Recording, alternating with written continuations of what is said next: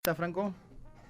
Bien, bien, acá en casa, uno de los miembros de la familia, no vamos a decir quién para no alarmar ahí, Sí. hay otra familia que está escuchando, pero bueno, pareciera que ha tenido contacto estrecho con un positivo y bueno, Bien. estamos esperando el hisopado, así que cuidándonos. Total. Perfecto. Bien, por sí. prevención, Antes mucho que nada mejor. hay que cuidarse De mucho paso, y- bueno, bajar el mensaje de que bueno, es muy importante cuidarse y ante la mínima sospecha, aislarse, ¿no? Totalmente. sí, Por sí. prevención, por las dudas, aunque no haya síntomas, aunque no haya señales, lo mismo, hay que prevenirnos. Sí, más que nada. En el es estudio estamos con el uso permanente de barbijo, estamos acatando todas las disposiciones porque la verdad que cada vez las balas pegan más cerca y bueno, hay que cuidarse sí o sí. Así que, bueno, vas a estar acompañándonos ahí durante todo el programa, Franco. Seguramente vamos a sacarte también en otro momento para que, viste que tenemos sección nueva, invitada, recomendados y vamos a tocar un par de temas al último y la agenda también, ¿no? Y también decir, vos nombrabas hace rato Sí. la banda, algunas bandas que venimos usando como cortina Sí. y algunos temas. Nombremos también a Golden Jack, que siempre nos está acompañando el ahí. el primer Desde programa el también primer abrimos programa con la también cortina. los chicos de ahí, a Ricardo Tafí Alba, Viejo. le mandamos un saludo ahí a los chicos de Tafí Viejo. Total. También ahí con Provinciano, de ahí Total. de la aldea De la aldea tafiseña. Bueno, la idea es ir difundiendo un poco las bandas tucumanas de bueno, de géneros que por ahí no son los que más se difunden o se conocen, pero tienen su espacio acá en Algo en la Aldea. Ya está todo subido ahí, vamos subiendo. Hoy ya subimos esta tarde, seguramente a la tarde-noche vamos a estar terminando de subir el especial de Red que hicimos la semana pasada, y también ya está subida la nota Marco Rossi. Marco mucha repercusión por parte de la nota Marco y del especial a Red, ¿no? Un saludo también a Luis Albornoz que nos ha dado la palabra para tener ese segmento. Documento histórico, la verdad, los datos que nos tiró, las fechas, cómo se tocaba, cómo se organizaba Tucumán, loco, ¿no? El panorama musical en esa época es tremendo y como documento también tiene un valor muy grande, así que le agradecemos a toda la gente que colaboró porque la verdad que nos colaboraron muchas personas, así que... Sí, la verdad que fue un especial y hay que tener siempre en cuenta, ¿no? Vos como músico, Gonzalo, creo que cómo era hacer música antes, ¿no? Era otra responsabilidad, era tremenda. Hasta en las grabaciones, como nos contaba. El compromiso con el trabajo del músico, ¿no? De preparar o la producción de un disco en épocas en donde no podías ni maquetear un tema en tu casa, tenías que llevarlo, usar esas horas de grabación precisamente para eso y nada más. O sea, tenías esas horas y tenías que estar afiladísimo. Obviamente no nos vamos a poner del lado de que el pasado fue mejor ni tan fundamentalistas, claro, pero teniendo en cuenta que eran otras épocas muy distintas y que se trabajaba de otra manera, ¿no? Era mucho más, había que poner el cuerpo y el tiempo en preparar todo eso. Así que le agradecemos a toda la gente que nos colaboró ahí. ¿Qué entrevistadas tenemos también para hoy, no? Hoy también tenemos, bueno, hablábamos de que los aldeanos y las aldeanas tienen son muy multifacéticos, ¿no? Tienen literatura, música, fotografía, audiovisual, hay muchos algunos que todas las áreas las tocan de alguna manera. Y hoy es el caso de nuestra invitada de hoy, que ya vamos a estar hablando con ella. Así que bueno, Franco, muchas gracias por estar de alguna manera acá. Nosotros le decimos que es el productor porque fue el que se puso la camiseta de un primer momento solucionando algunos baches, algunas cositas. Entonces le quedó ese mote, pero de alguna manera todos producimos. Pero le quedó como ese mote. Me dicen que los tengo cortitos, pero es mentira. Es todo un mito. Es todo un mito. Es todo un mito. Acá todo es democrático. Las personalidades fluyen como el río.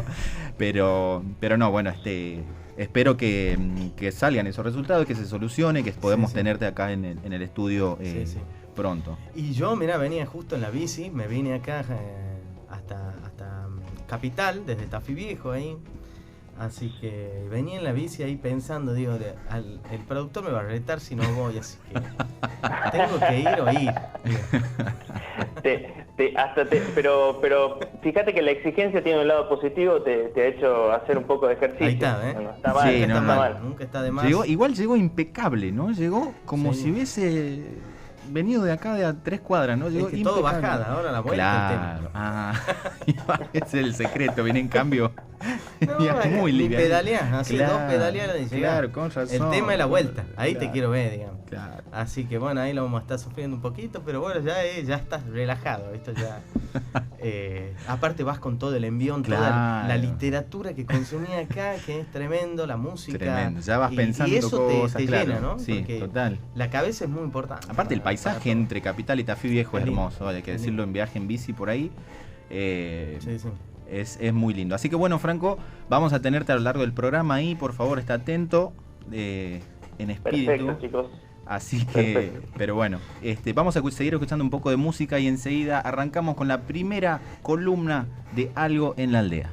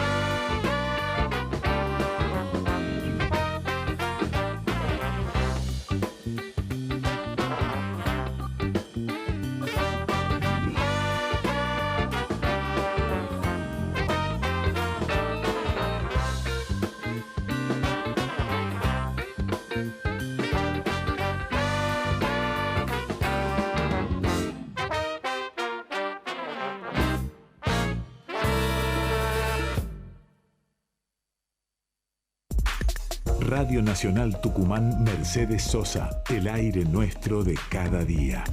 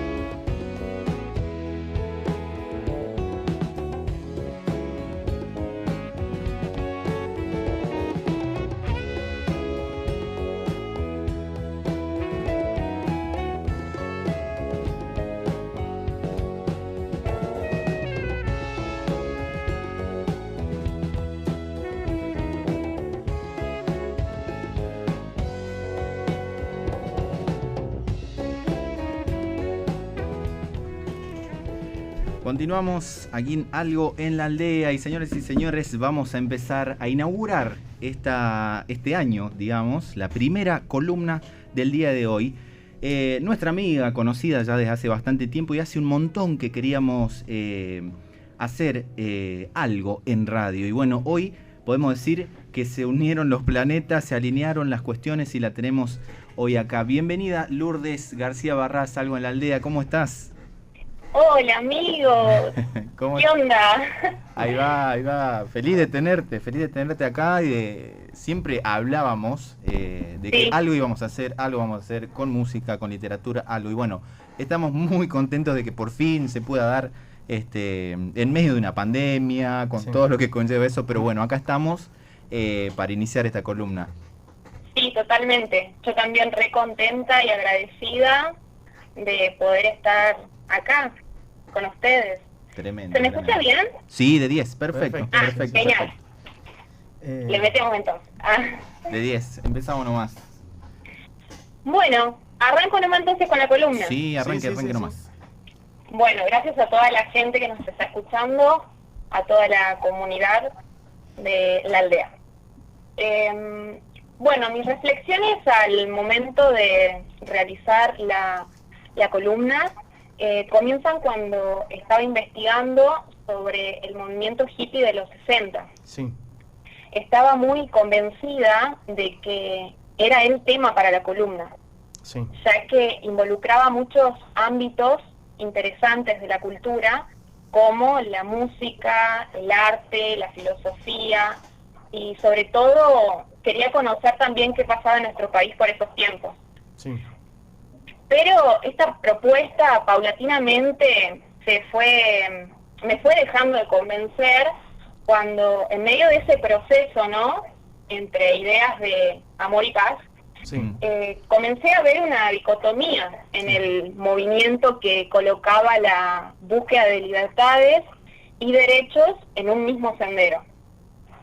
Quiero decir, mientras se gestaba en los Estados Unidos esta manifestación contracultural que protestaba en contra de la guerra, en contra del capitalismo, a favor de la libertad sexual, etcétera, las mujeres que ya venían trabajando en la comprensión de ellas mismas y entendiendo que lo personal es político y que los problemas requerían soluciones sociales y políticas, comenzaron a desarrollar grupos de liberación, se han organizado en asambleas, luchaban por la igualdad en la educación, en el trabajo, crearon programas de salud y refugio, combatían la imagen que los medios de comunicación reproducían sobre las mujeres, exigían control sobre su capacidad reproductiva, pedían por el derecho al aborto. También es importante que mencionemos que las mujeres negras y las mujeres chicanas también estaban en ese mismo momento luchando por el reconocimiento de sus identidades dentro de estos mismos movimientos que estaban también contaminados por el machismo de la cultura y de las propias culturas en particular. Entonces, bueno, se estaba desencadenando toda una situación verdaderamente revolucionaria, como también desgarradora. Y todo eso estaba sucediendo en medio de la psicodelia, el flower power, festivales como Woodstock, las grandes bandas como los Beatles, Led Zeppelin, Pink Floyd, Jimi Hendrix, bueno, una Janis Joplin. Sí, claro. Entonces, yo en cuanto más me involucraba, ¿no?, en los ámbitos culturales que caracterizaban al movimiento hippie, ya sea en los Estados Unidos o en Argentina, buscando archivos, viendo documentales, leyendo entrevistas, artículos, más me inquietaba ante la ausencia de mujeres, más me desprendía, digamos, de la idea de que hablar del movimiento hippie era importante, o ya sea hablar de cualquier época o de cualquier fenómeno. Es decir, yo donde quería dirigirme ya se volvía un espacio no interesante para mí, porque en cualquiera de los ámbitos de la cultura que me detenía, en cualquier contexto pasaba lo mismo. Claro, porque estamos hablando de música, pero también en el cine, o inclusive hasta en la gente que encargada de recopilar la información y de contar la historia, inclusive también ahí, o sea, abarca más allá de una rama de la cultura, era en general. Tal cual, sí. Incluso voy a ir ejemplificando mientras voy pasando por todos estos ámbitos que involucra la cultura, tal como lo decís. Sí. Mira, por ejemplo, cuando empecé a investigar en la Argentina, por esa época surgía el Festival Pin-Up, y bandas como Los Gatos, Almendra, Manal, Sui Generis. Había una Diana Bifulco dentro de eso, y nada, y yo en ese momento me preguntaba, y si me pongo a analizar Cosquín Rock, y si me pongo a analizar el Lollapalooza, claro. O sea, las cosas no cambiaban demasiado. Claro. Y mira, no es que para mí haya sido una novedad que la historiografía cultural dominante nos haya dejado de lado. Para mí la novedad era comprender que no daba igual llenar este espacio que ustedes me están dando con más silencio. O sea, yo comprendí que necesariamente tenía que renunciar a la posibilidad de hablar de cualquier otra cosa que me hubiera gustado para poder hablar de lo necesario, tremendo, que es de nosotras. Sí. Tremendo. Mira, cuando me puse a indagar sobre la generación Beat, que había dejado su influencia en el movimiento hippie, descubro que muchas mujeres se cuestionaban el hecho de que cuando buscaban en internet acerca del movimiento cultural, todos los espacios reproducían básicamente lo mismo. Lo definían como un movimiento literario americano iniciado por un grupo de hombres. Claro. Y eran mujeres preguntando, ¿dónde están las mujeres? ¿Dónde está su poesía? ¿Dónde está su pensamiento? Claro. Si ellas también han formado parte de esa historia. Y algo peor todavía es que me doy con una entrevista donde un testimonio que da uno de los integrantes del movimiento decía, hubo mujeres, estaban allí, yo las conocí, pero sus familias las encerraban en manicomios, se las sometía a un tratamiento de electrochoque. En los años 50, si eras hombre, podías ser un rebelde, pero si eras mujer, tu familia te encerraba. Claro. Tremendo. Mucho peor enterarme que sí había mujeres, como por ejemplo Elise Powen, que ella se escondía para robar libros de las bibliotecas y a los 28 años ha decidido suicidarse por la represión y las frustraciones que vivía. Y como si no fuera poco, sus padres, avergonzados por las experiencias homosexuales y de drogas que había experimentado su hija en ese tiempo de la generación Beat, hicieron desaparecer la mayor parte de sus escritos y poemas. Tremendo. Entonces, cuando ustedes se imaginarán, estaba en este camino de desarrollar una columna que hablara sobre ciertos fenómenos de la cultura, a este punto me empezaba a preguntar qué pasó con nosotras. Claro. Sí. Y mira, como recién decías vos, yo empecé hablando un poco sobre el ámbito de la música, me fui para la escritura, y a este punto digo, bueno, voy a indagar un poco en el ámbito del arte. En este caso me encuentro con Linda Nochil, que es una profesora norteamericana que se preguntaba en 1971 por la inexistencia de grandes mujeres artistas. Ella escribió un célebre artículo que se titula ¿Por qué no ha habido grandes mujeres artistas? Que de hecho lo recomiendo. Al artículo está en internet, está en PDF, sí. Muy interesante. Y ella llega a la conclusión de que diversos factores sociales e institucionales habían impedido en realidad que el talento de las mujeres se desarrollara libremente. Incluso, mira, ella dice que es un hecho lamentable, pero que ninguna manipulación que nosotros pudiéramos hacer de evidencias históricas o críticas va a alterar la situación de que no hay equivalentes de mujeres a hombres, claro, como tampoco hay equivalentes de afroamericanos a artistas blancos, por ejemplo. Claro. Tremendo, tremendo aporte también desde la voz, como vos decías, nos parece muy importante desde los medios de comunicación. Nosotros te invitamos a hacer la columna y nos parece súper importante que también podamos analizar, si bien nosotros acá en el equipo estamos hablando somos todos varones, pero empezar como a charlarlo, ¿sí? Nosotros de los medios de comunicación, más allá de la historia y la cultura, empezar a charlarlo desde acá de adentro, ¿no? Inclusive en las discusiones más chiquititas. No sé si podemos esperar 2 segundos que vamos a la tanda, Lourdes, y ya volvemos y seguimos hablando, ¿no? Para seguir en un ratito, puede ser que... Dale. Vamos. Buenísimo. Seguimos en un ratito.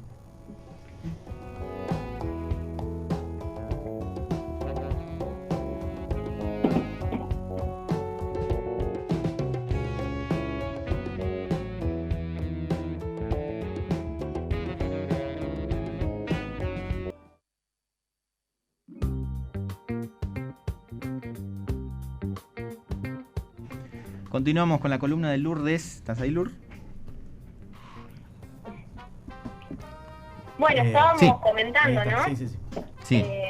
Esta situación que vemos en los ámbitos que involucra la cultura, que siempre han tenido situaciones de opresión y de invisibilización para lo que se conforma como los grupos minorizados, y que se convierte de pronto como en un milagro, ¿no? Cuando se destacan. O sea, esto que decían ustedes también de los espacios que se nos va otorgando.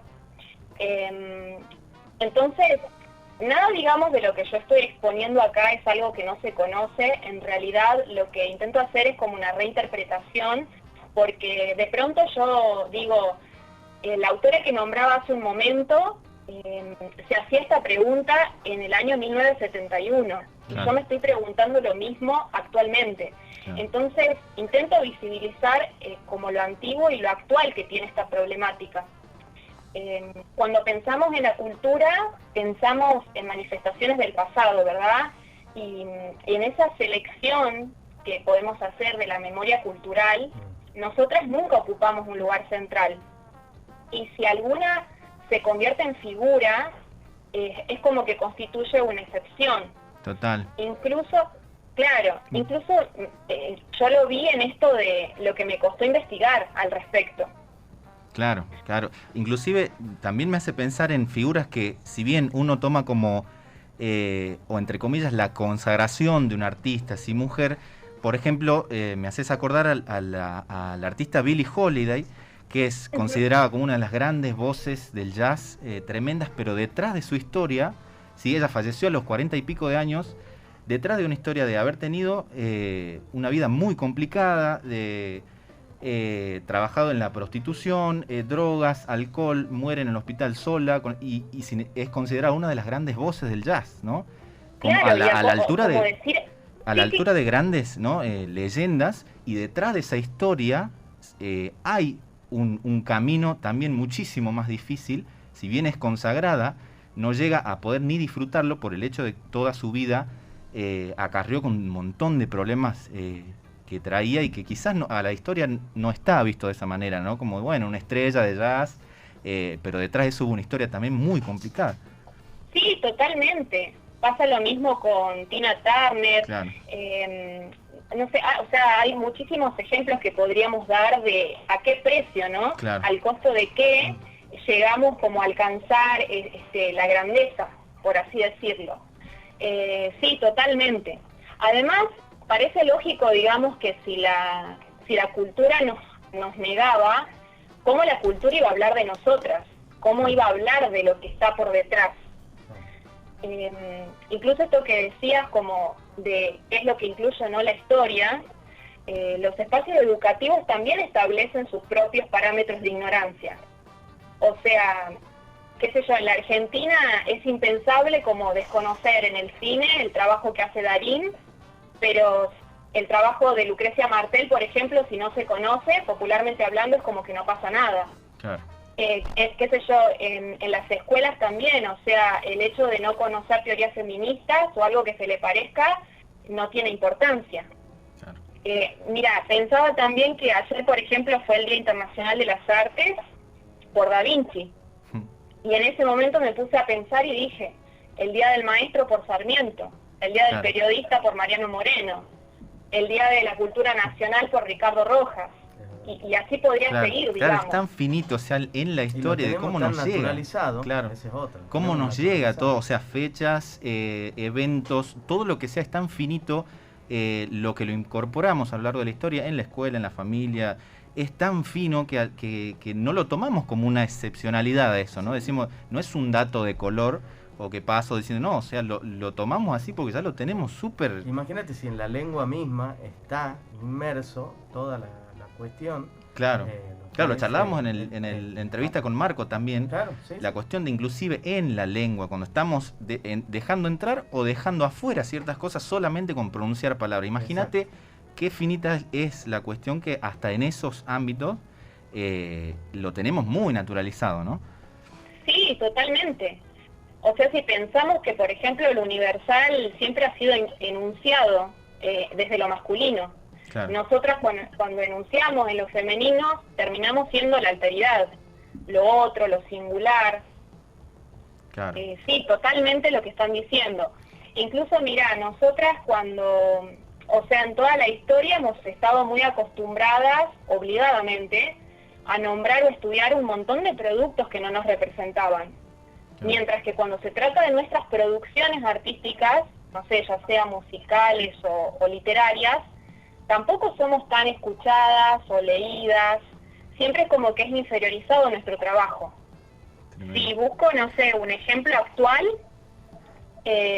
como que refleje, digamos, este falso reconocimiento que se hace, mucho se habla, por ejemplo, en la escena musical argentina, que con fenómenos como el trap, que hay mujeres que se están haciendo espacio, están pisando fuerte.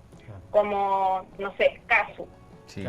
Pero el artista, sin embargo, en cada uno de los shows que ha tenido que ha dado, ha tenido que exponer la situación de que los chicos que la iban a ver no se atreven a cantar sus canciones. Entonces, yo en ese momento me pregunto cuántas de nuestras canciones se cantan verdaderamente. O sea, ¿qué tanto somos citadas? Claro. De pronto nosotras somos como fans de nosotras mismas y al mismo tiempo de todos. Claro. Y mira, podría, no sé, citar ejemplos de un montón de cosas. O sea, podría hablar del rap, las batallas de gallos, la moda, plataformas de stream, no sé, el ajedrez. O sea, podría hacer referencia a muchos aspectos, tanto del pasado como de la actualidad, y la cosa no cambia. Tremendo, tremendo. Me gusta que nos empecemos a preguntar, que exista, digamos, ahí otra voz y empezarnos a cuestionar y a aportarnos entre nosotros desde acá, desde el espacio que nosotros desde el primer programa dijimos que estar en Radio Nacional es una responsabilidad muy grande, y más cuando tomamos como temática el arte y la cultura local, defendiendo esa bandera, pero también siendo conscientes de que nosotros mismos para adentro tenemos que preguntarnos un montón de cosas y ver cómo organizamos desde los medios de comunicación nosotros. Sí, la totalmente. Mirá, no sé, así, decir. Sí, no, era para consultarte también sobre el análisis que has hecho también, porque es desmitificar también un poco, ¿no? Tantos mitos que hay alrededor del movimiento hippie, de liberación, de un montón de cosas, discursos que llegan hasta la actualidad, y está bueno también replantearse todo eso, ¿no? Sí, empezar a ver la historia por ahí desde los costados, saber qué hay por ahí detrás, que nos gustó un montón la propuesta en sí. Por eso pensamos, la primera que pensamos hace un montón de tiempo fuiste vos, y espero que nos sigas acompañando, obviamente. Sí.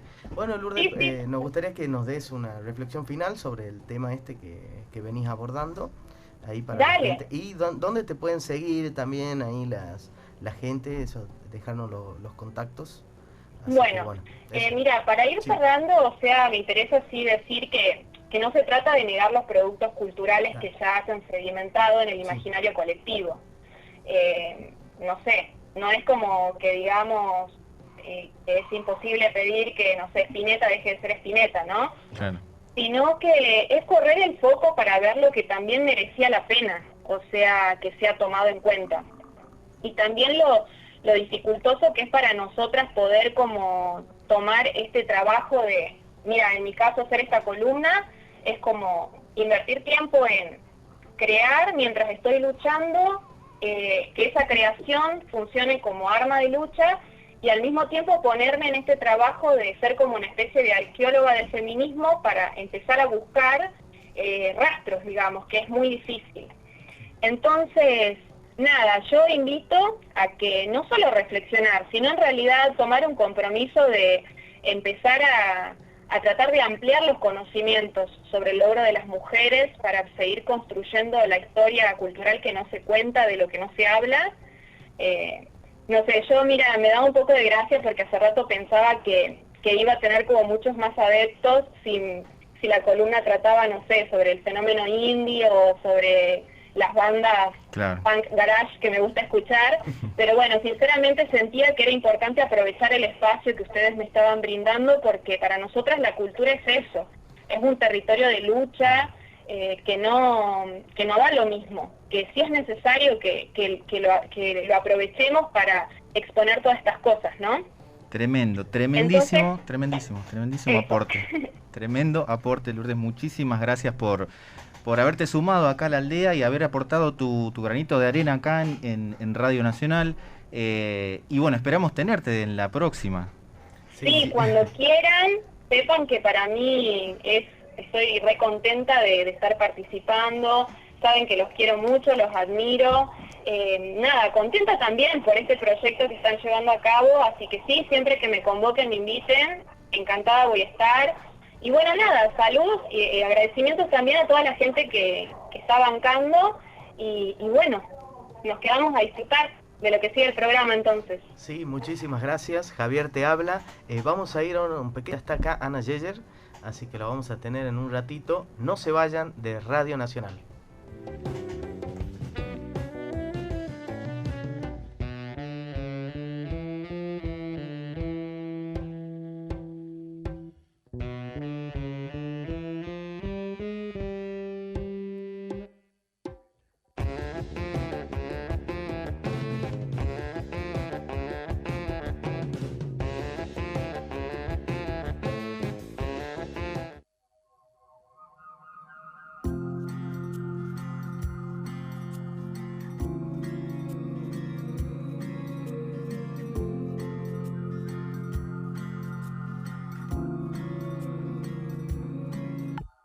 Cierto es que yo me desdibujo en rencores,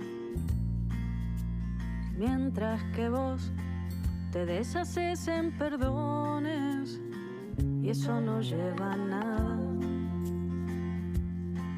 a nada, eso no lleva a nada,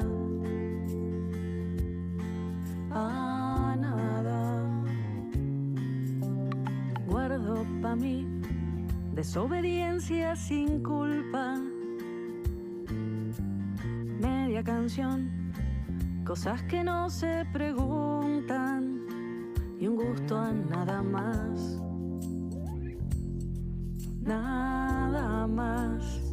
que un gusto a nada más, nada más. Sí, pero no, ni chicha ni limonada. Prefiero ser aceite para tu agua, a entrar por las ventanas, a hacer piedra en el zapato, a hacer parche, a hacer estragos de tu mano y sin pensar.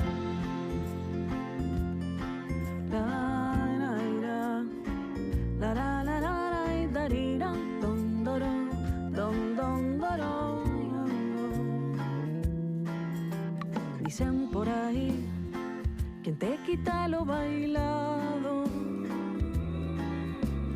Pienso que yo, más que bailar, me resbalo y al piso voy a dar,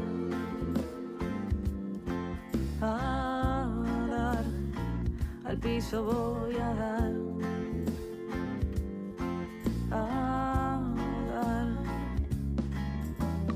Nunca creí del todo en las... Creció en una casa en donde la música y la literatura circulaban en el aire. Las canciones de nuestra querida aldeana María Elena Walsh le acercaron música y poesía a través de las historias maravillosas que la inspiraron.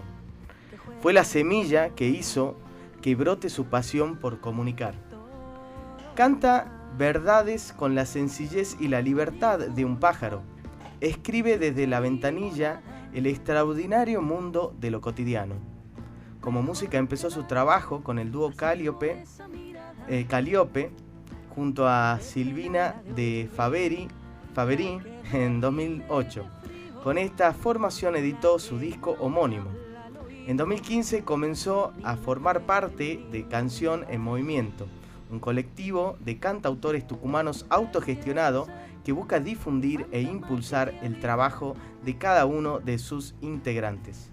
Junto a otros músicos de la provincia como Alejandro Kaplan, Jorge Stoján, Indio Cancinos, Flavio Viera. En 2018 sacó su disco solista Agridulce. Su pasión por las letras la llevó a licenciarse en letras en la UNT. Escribe en Facebook, Instagram y actualmente lo hace en La Palta Tucumán, colectivo de comunicación popular del cual forma parte. Bienvenida a la aldea, Ana Yeyer. Hola. Bienvenida, Ana. ¿Cómo están? Qué linda presentación. ¿Cómo va? Salió. Muy bien. Muchos nombres propios. ¿Cómo estás, Ana? Con los nombres hay un poquito... Sí, siempre tenemos ahí, pero está bien. Es parte de la lengua de lo que hablábamos de cómo se... Eran difíciles.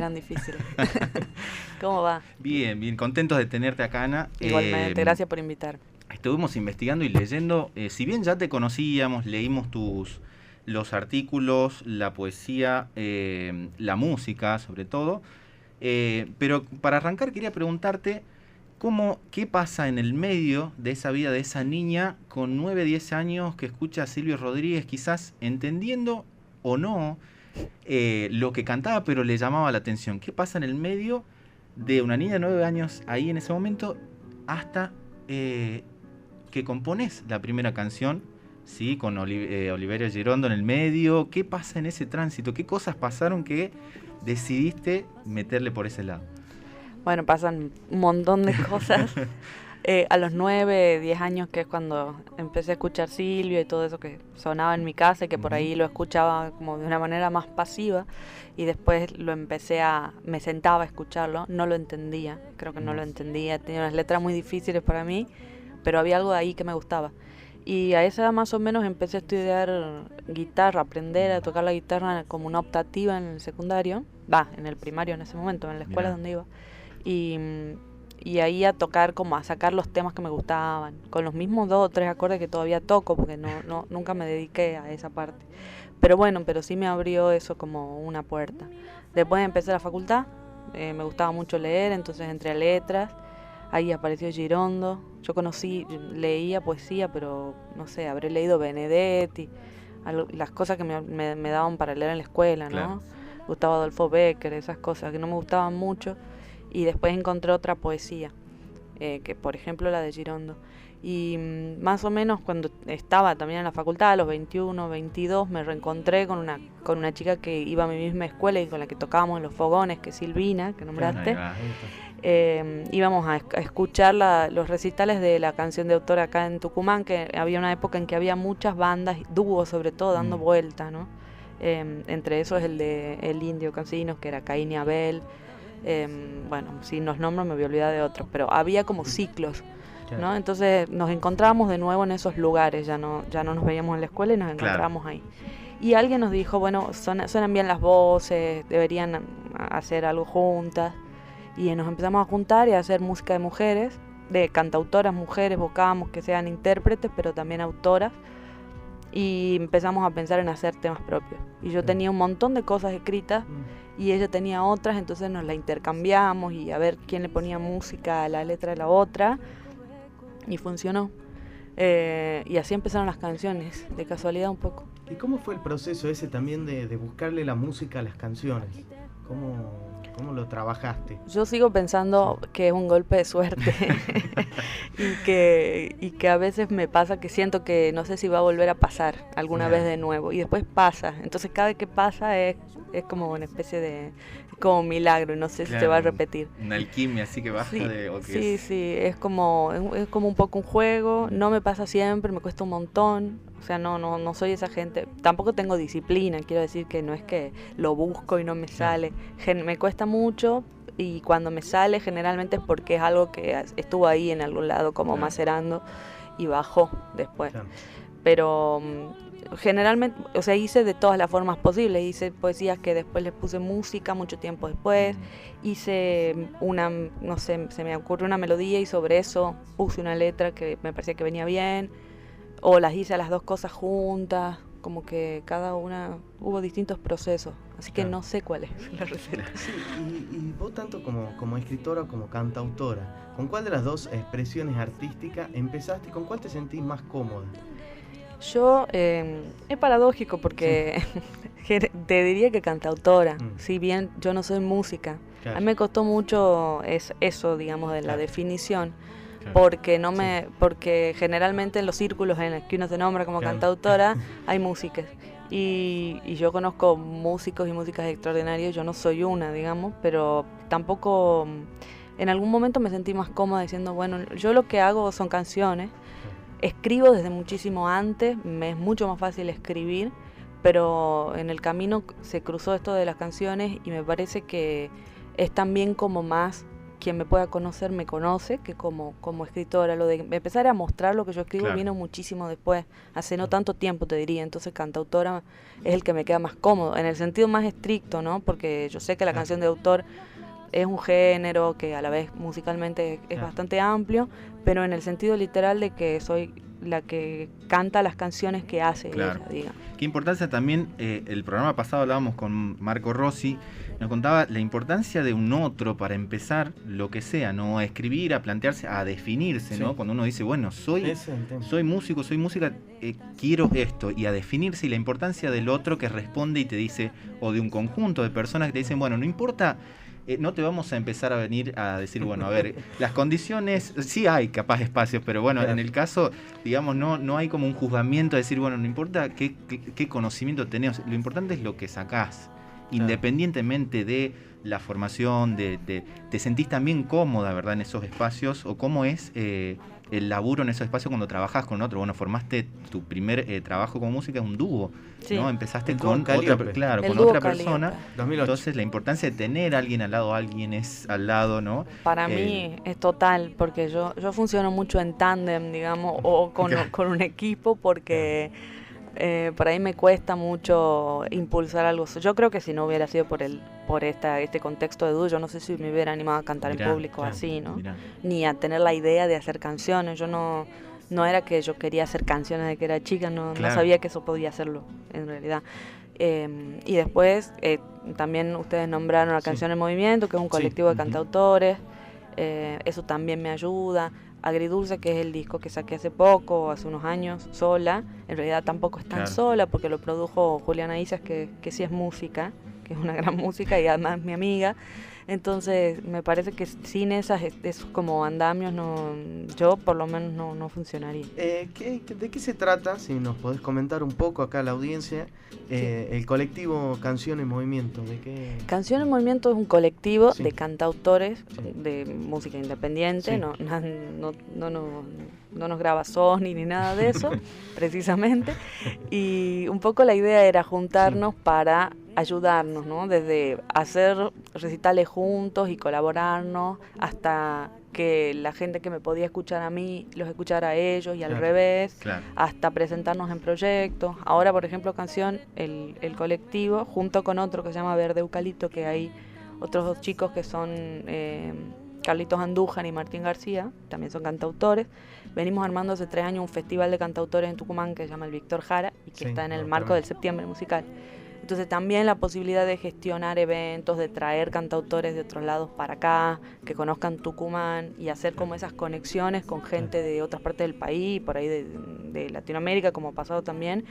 Un poco esa es la idea. También es una decisión, ¿no? Porque por ahí si te preguntan y te dice, bueno, la canción, digamos, para presentarla o armar un festival, una fecha o algo, ¿no? Y siempre por ahí estamos acostumbrados a que se busque, no quiero decir con esto que sean todos los casos, pero digo que se busque, bueno, a ver qué canción va a ser el gancho o qué canción conocida, o hay algún cover como para que entre. Y por ahí también es una decisión el decir, bueno, estas son mis canciones, puedo versionar de ciertos autores, pero quizás no son los ganchos, ¿no? Que uno está acostumbrado a decir, bueno, con este entramos de 10 para... Quizás es también una decisión y quería preguntarte en qué momento fue, de acuerdo a lo largo de tu historia, porque ya llevas una carrera con un disco, el disco que tiene el dúo, hay, digamos, trabajos bastante producidos. Entonces decía, ¿cómo está esa decisión a lo largo de la historia que a veces puede flaquear, ¿no? Puede decir, bueno, estoy laburando tanto por estas canciones que cuesta un poco más hacerle, no te digo el gancho porque quizás no es el fin último, pero hay que remarlo un poco más para defenderlas. ¿Cómo es tu decisión, ¿no? A lo largo de tu historia musical? Mira, yo no me lo he vuelto a plantear demasiado, ¿no? Como que al principio me costaba más porque me daba cuenta de que, no sé, como este público acá o en este bar, claro, si nos pusiéramos a cantar canciones, no sé, de que en el dúo, por ejemplo, sonábamos bastante bien haciendo, por ejemplo, Ella Baila Sola, que claro, son esas armonías, ¿no? Sí. Quedaba bien. Bueno, Ella Baila Sola hubiera sido hacer covers de Ella Baila Sola, hubiera sido un hit. Ya nos estarían invitando en todas partes a animar, sobre todo cumpleaños de, no sé, de millennials, seguro. O sea, no mucho más. Pero la verdad que ahora ya no lo pienso tanto. O sea, no es algo que me planteo. A veces sale mejor, a veces sale peor. No es fácil hacer canciones propias porque la gente a veces, bueno, no, es difícil escuchar algo que uno no conoce, yo lo entiendo. Pero bueno, a veces sale mejor y otras sale peor. Pero en todo caso, si sale mal, es como una manera de fracasar bien, ¿no? Claro, o sea, incluso porque haciendo covers nadie nos garantiza nada tampoco. Claro, incluso planteándotelo o no, lo mismo decidís cómo seguir para adelante. Y bueno, vamos con lo que... la otra vez estuve cuando fue el Día de la Memoria, también que cantaste, y fue muy emocionante estar, digamos, ahí, y en el próximo bloque vamos a hablar de esto, vamos a una tanda y ya volvemos.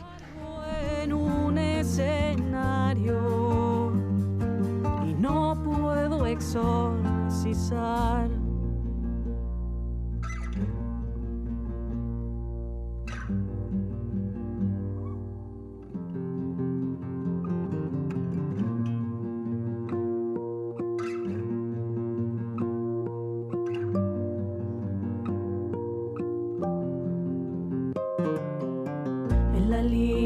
Llegada, ya casi nada me falta.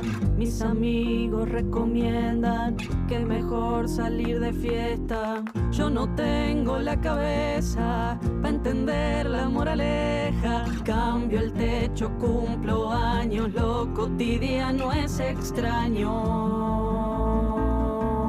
Ay, qué pena.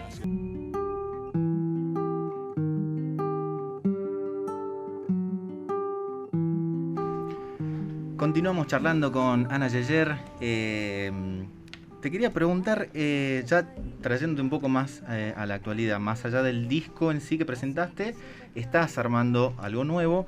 ¿Y cómo es ese proceso de armar una banda y de producir un disco? Bien, bueno, es distinto cada vez. Esta vez no es igual que la anterior, también esta vez en pandemia y con un montón de cosas.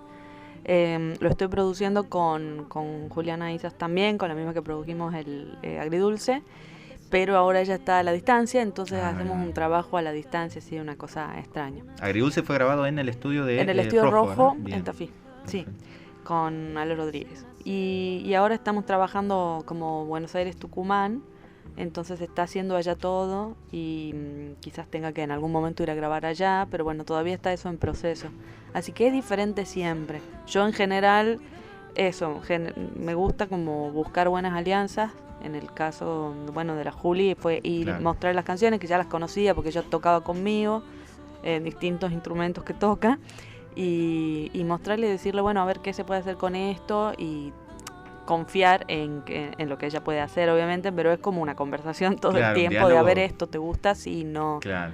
Porque aunque no lo puedo hacer, digamos, puedo saber que o sea, sé lo que espero de cómo quede esa canción. También a veces me sorprende y me gustan, es como hacemos tratos, Claro. cedemos acá y Ya hay una confianza ahí para decir, bueno, esto no, esto sí, ya hay un creo que diálogo. tiene que haber, a mí me costaría mucho si eso no fuera así. Claro. Bueno, empezamos a meternos, si querés, vamos a hacer un estreno, se puede decir. Bueno, sí. Material nuevo, exclusivo acá en No Algo en la está- Aldea. No está grabado en No está ninguna en parte ningún lado. Qué todavía. bueno, che, muchísimas gracias. Ahí. Gracias a ustedes por invitarme. Voy a hacer un poquito de lo que va a estar en el... Obviamente esto es muy acústico, una guitarra nada más, pero lo que va a sonar en este nuevo disco que ya pronto estará por ahí. Esta canción es de Pandemia, la hice el año pasado, en marzo, cuando creíamos que en septiembre se solucionaba todo o algo así. Dos semanitas. Sí, la hice, perdón, en mayo, creo que fue en mayo, habiendo pasado abril y todo. Claro. Y con esto de por ahí en ese marzo despedirse de la gente y pensar que el día siguiente nos íbamos a ver como si nada, y eso nunca pasó, y quedaron por ahí como muchas cosas colgadas. La canción se llama Las cosas pendientes.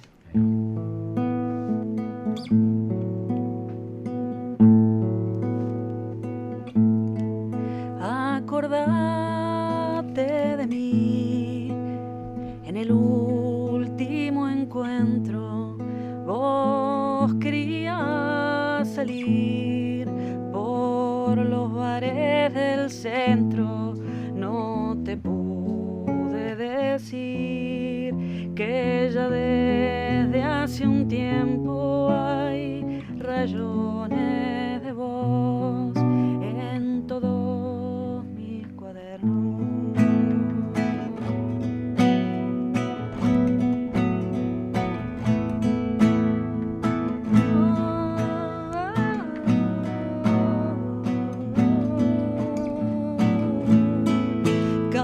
Caminando volví, masticando el silencio, esperando que así se curara el deseo. Y ahora que no hubo abril para vernos de nuevo, de tanto que guardé, algo me creció adentro.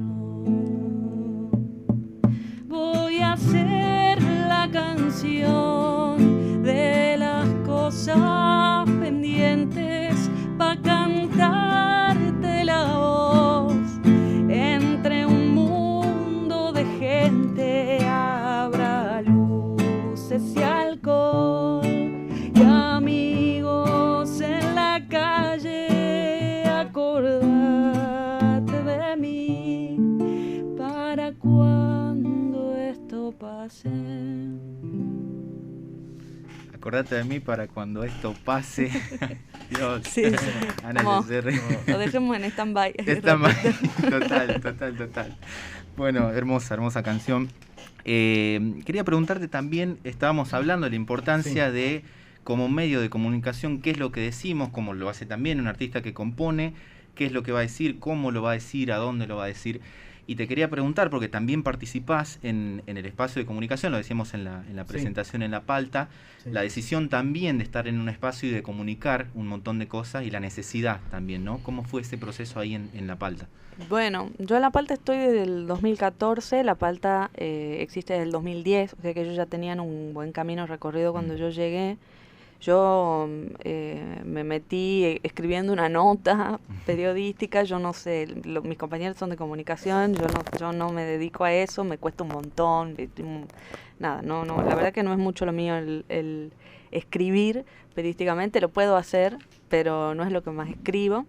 Y me metí a eso y después, mucho tiempo después, me di cuenta que en realidad lo que estaba buscando era un espacio de militancia y que lo conseguí, ¿no? Porque La Palta somos un colectivo de comunicación popular en donde se comunica, por supuesto, pero a partir de una serie de ejes que son ejes de militancia, ¿no? Pueblos originarios, género, diversidad, derechos humanos, entonces luchas sociales.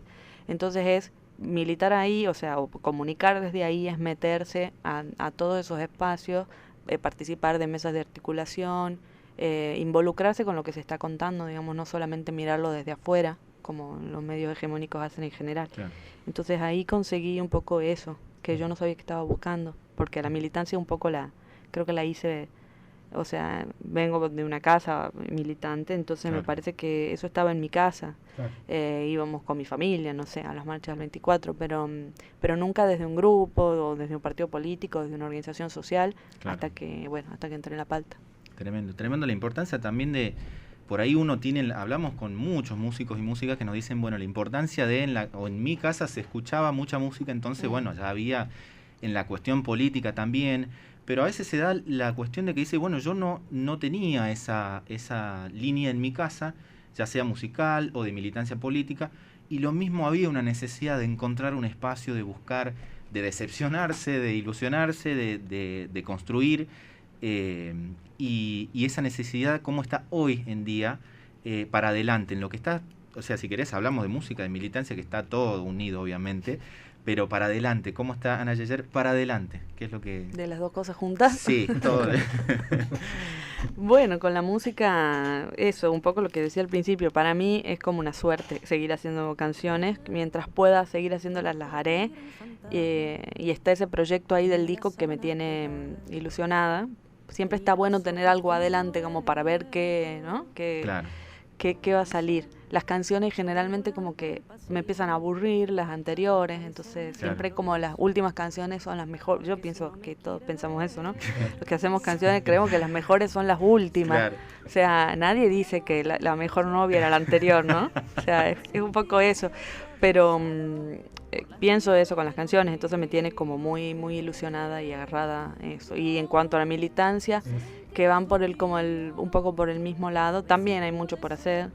Con la palta seguimos ahí al pie del cañón.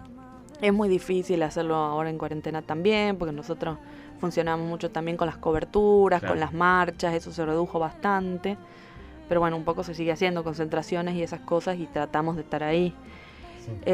Y bueno, y la música y la militancia, hoy por ejemplo, o ayer, no sé, ya veía un festival, las chicas de las compañeras de Santiago, Músicas de Santiago, que son las que organizan el encuentro de mujeres de música, habían compartido un flyer de un festival que no sé si es en Maimará, el festival del choclo, no sé qué era, de esos que son varios días. Sí. Y era un festival que el flyer llama mucho la atención, sobre todo por el flyer, porque son esos que tienen, bueno, la información y pegado como el perfil, los contornos de todos los músicos. Claro. Son todos hombres. Y era un perfil, salvo una coplera y una nena cantante, todos hombres, pero y llama mucho la atención porque están un montón de fotos pegadas. Claro. O sea, son una grilla enorme de gente, porque ponerle que son como 3 días. 2 mujeres. Y porque una coplera, no han conseguido coplero, supongo, no sé, como que las copleras son mujeres, entonces, bueno, ¿qué va a ser? Se viene luchando mucho por los espacios, ¿no? Como hablábamos también con Lourdes hace rato, por los espacios para la mujer, ¿no? Hace mucho tiempo. Hace mucho tiempo. Ahora se empiezan a ver algunas, bueno, lo de la ley de cupos, por ejemplo, que en realidad las compañeras de Santiago compartían esto porque no se está cumpliendo algo que ya es una ley, ¿no? Al menos el 30% de mujeres en las grillas, ¿no? Sí. Pero eso es producto de un montón de cosas, de un montón de una lucha muy larga, de muchas compañeras que han estado ahí. Sí. Y de tratar de que eso se cumpla, pero hay un montón de cosas que están ahí. Hay otras, o sea, más allá de las mujeres como autoras o como cantantes o frente en los escenarios, hay un montón de mujeres que están en la técnica, por ejemplo. Claro. Y es muy difícil encontrar, acá en Tucumán no existe, creo, que yo sepa, no, perdón si alguien, sí, pero una mujer que va en un estudio de grabación, una mujer que te grabe, o una sonidista en un espectáculo. Y no es que no existen, es que son pocas y que tienen poco espacio, ¿no? Cada vez las que son no tienen ese espacio. Y hay una diferencia, yo creo, en ir a grabar y que haya una mujer para nosotros, ¿no? Claro. Yo creo que es una diferencia. Hay otra comunicación que no a mí o sea, yo por suerte siempre no he tenido problemas con los hombres, ni con mis compañeros músicos, ni con los técnicos, más que alguna otra vez que, no sé, con el dúo que algún sonidista claro. Si ustedes son como que no podemos saber cómo queremos sonar porque somos mujeres o porque no usamos algún vocabulario más o menos técnico que lo convenza, pero en general no he tenido esos problemas. Pero sí sería una gran cosa que haya mujeres en las consolas también. Vamos con otro tema para ir cerrando ya un poco la entrevista. Bueno. ¿Con qué nos vas a acompañar ahora? Este es otro pandemial, se llama... me gusta eso, ¿no? Un poco menos feliz, pero bueno, no, esto le puede haber pasado a mucha gente también. Esa angustia que generaba no saber qué iba a pasar al día siguiente. Yo tuve una de esas noches así que no sabía qué me pasaba, me sentía mal, no sabía si tenía COVID, si estaba triste, si estaba deprimida o qué cosa, pero sentía como esta sensación de que todos los días pueden ser el último día, ¿no? Una cosa así, y de todas las cosas que hemos dejado sin hacer, pero en la vida, ¿no? Esto del marzo de no encontrarnos. Y se llama Sombra Gris. Por suerte al día siguiente sí me desperté, sigo acá, y bueno, pude hacer... Era una canción lo que te estaba... Era una canción atravesada, claro. Funcionó así, o sea, me desperté, desayuné, y en lo que desayunaba hice esta canción, que se llama Sombra Gris.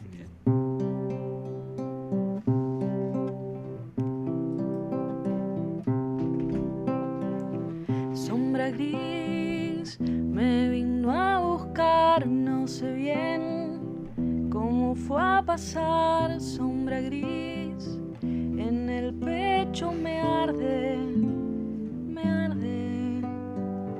no habrá más cosas por decir, ya habrá quien lo diga por mí. ¿Qué será de mi tinta y mi sangre?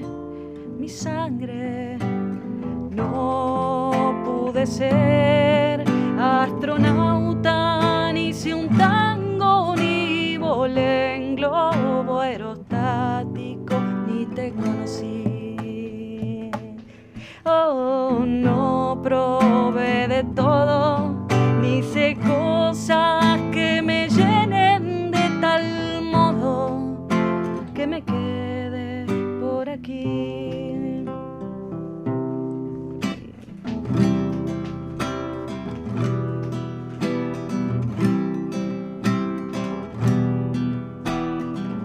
Sombra gris, quiero ver llegar la mañana que está detrás. Es tan tarde en mi cuerpo sin aire, sin aire.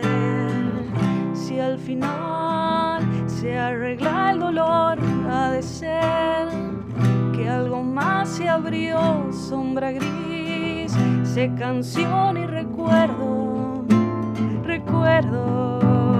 No pude ser astronauta, ni hice un tango, ni volé en globo aerostático, ni te conocí. Oh, no probé de todo, ni hice cosas que me llenen de tal modo que me quede por aquí.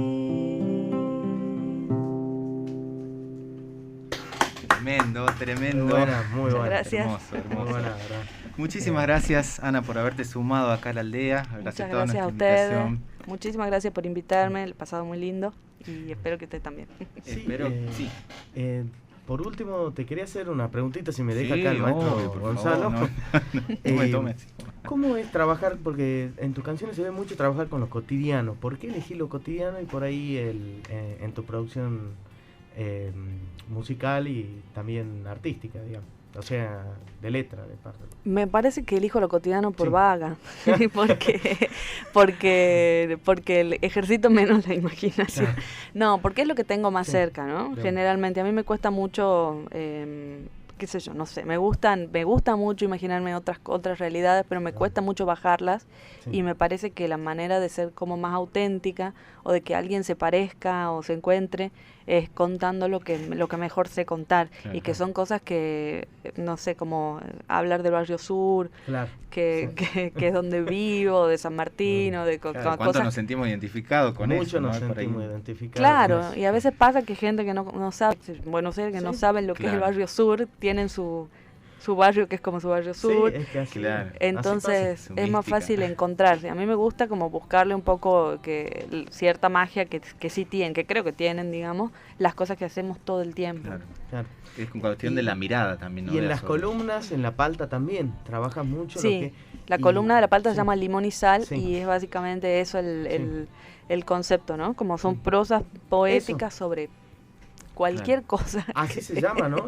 El artículo son prosas poéticas. Sí, Limón y Sal es el nombre de la sección, porque después de que me di cuenta que no podía escribir mucho periodismo, me dijeron, bueno, a ver, ¿qué sí podés hacer?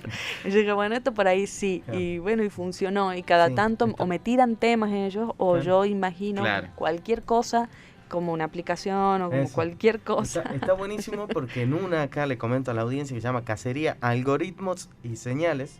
Sí. En esa columna vos hablas de una aplicación que justamente va agarrando como temas es algo así, ¿no? Como que identifica temas. Es una aplicación para el teléfono que identifica temas que están sonando en segundos y te dice dónde está y se guardan como en una biblioteca para que vos después los busques o los agregas a tu lista. Inteligencia artificial. Digo, está buenísimo. Es maravilloso porque a mí me pasaba antes que quería retener las canciones para después saber qué era lo que estaba escuchando. Y bueno, no había forma, me perdí un montón de cosas. Y acá en el artículo nombrás también la radio. En algún momento, ¿viste los cassettes que vos ponías a grabar? Cuando se grababa en la radio. Sí, eso habla de una edad, pero... También le poníamos la cinta para que pueda grabarse. Eran las formas como más analógicas de grabar. Total. Tenía su mística también, ¿no? Tenía su mística también. Estaba buenísimo. Yo lo ponía a mi hermanito ahí y le decía, avísame cuando yo te diga. Claro, saca la pausa. Claro, ahora yo veo las series y pongo así, y después grabo y hago mi lista de lo que me pasó en la semana. Entonces es que fui al súper, sonaba esto,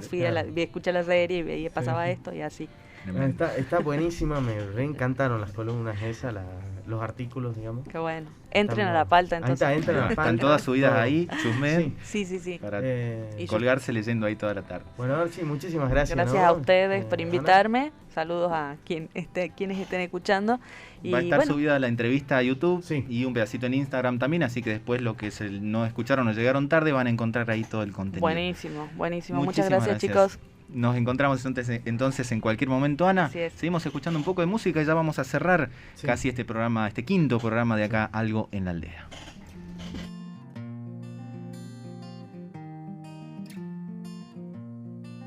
Por lo bajo empiezo la canción y me acuerdo que abajo de todo está el sitio donde resistimos a todas las bombas de la duda y el temor. Bajito, casi en secreto, te regalo mi voz y con ella los duendes, el color, los guiños, las palabras que disfrazan el amor. Desde abajo hicimos crecer este sueño. Nos gastamos el día en el último intento y del naufragio quedaron mareas y tiempo que arrastraron los malos restos.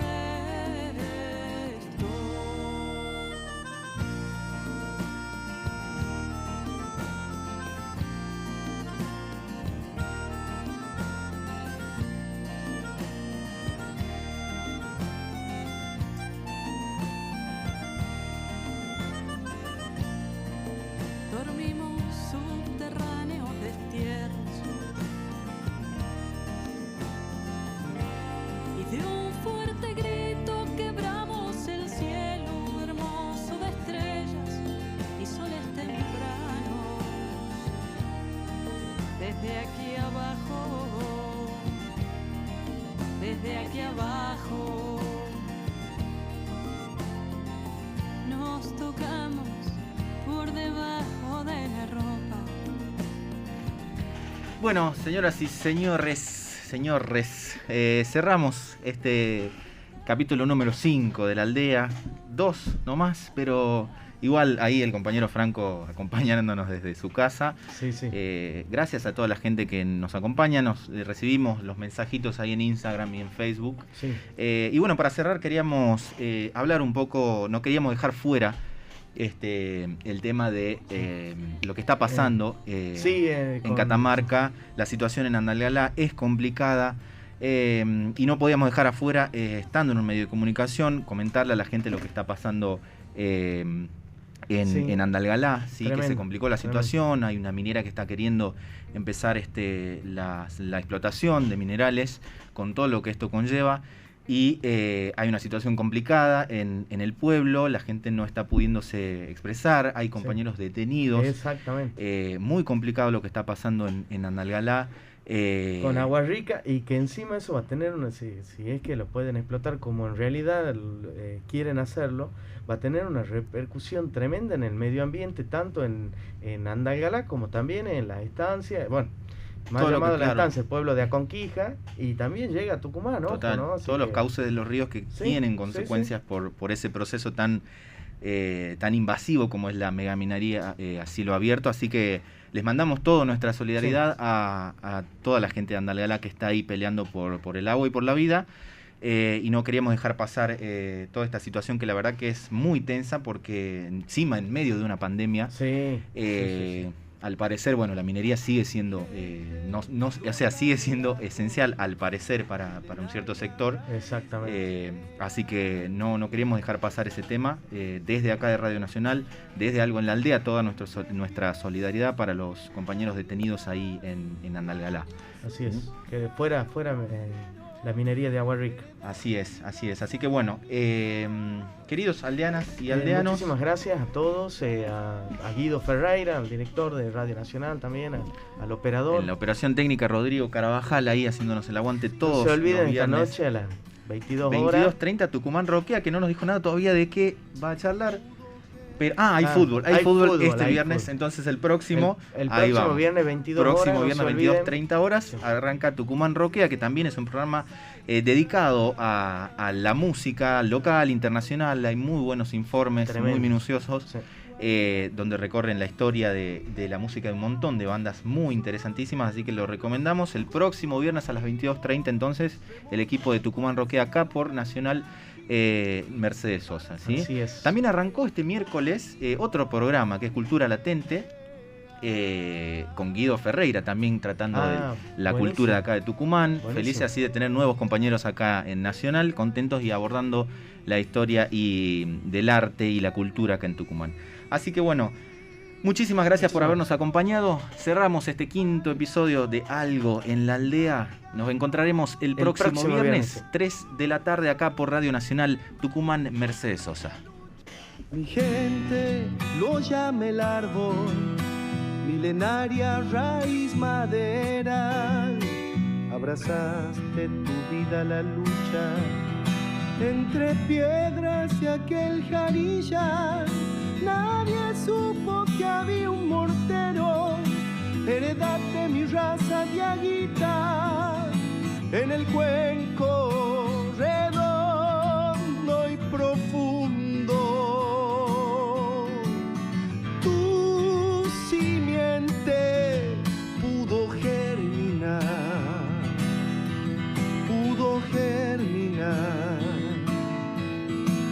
Las viejas comadres dijeron que si es negro es del salitral, que lo trajo el viento en sus alas, Guairapuca de la libertad. Desde el 20